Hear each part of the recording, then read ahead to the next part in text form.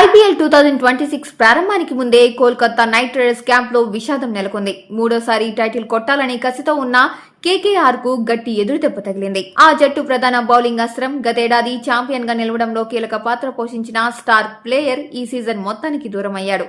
ఇంతకీ ఎవరా player? KKR వ్యూహాలు ఇప్పుడు ఎలా మారబోతున్నాయి? గత సీజన్ లో తన అద్భుతమైన డెత్ ఓవర్ల స్పెల్స్ తో ప్రత్యర్థి బ్యాటర్లను వణికించిన యంగ్ సెన్సేషన్ హర్షిత్ రాణా గాయం కారణంగా ఐపీఎల్ 19వ సీజన్ నుంచి తప్పుకున్నాడు.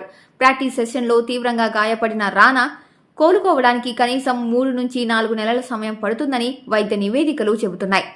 కేకేఆర్ పేస్ విభాగంలో కీలకమైన ఇండియన్ బౌలర్ అందుబాటులో లేకపోవడం శ్రేయస్ అయ్యర్ సేనకు కోలుకోలేని దెబ్బ అని చెప్పాలి.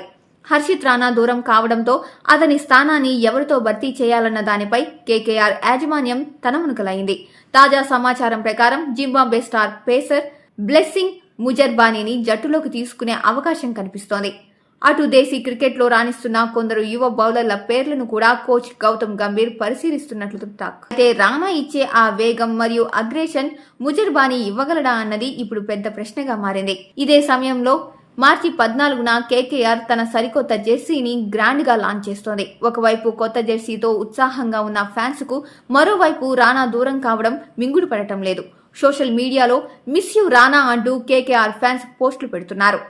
హర్షిత్ లేని లోటు కేకేఆర్ బౌలింగ్ ను బలహీనపరుస్తుందా లేక కొత్త బౌలర్ సర్ప్రైజ్ చేస్తాడా? మరి హర్షిత్ రాణా స్థానంలో ఏ బౌలర్ వస్తే కేకేఆర్ కు ప్లస్ అవుతుందని మీరు అనుకుంటున్నారు? కామెంట్స్ ద్వారా తెలియజేయండి. ఐపీఎల్లోని ఇలాంటి మరెన్నో ఇంట్రెస్టింగ్ అప్డేట్స్ కోసం చూస్తూనే ఉండండి సాలిడ్ టీవీ.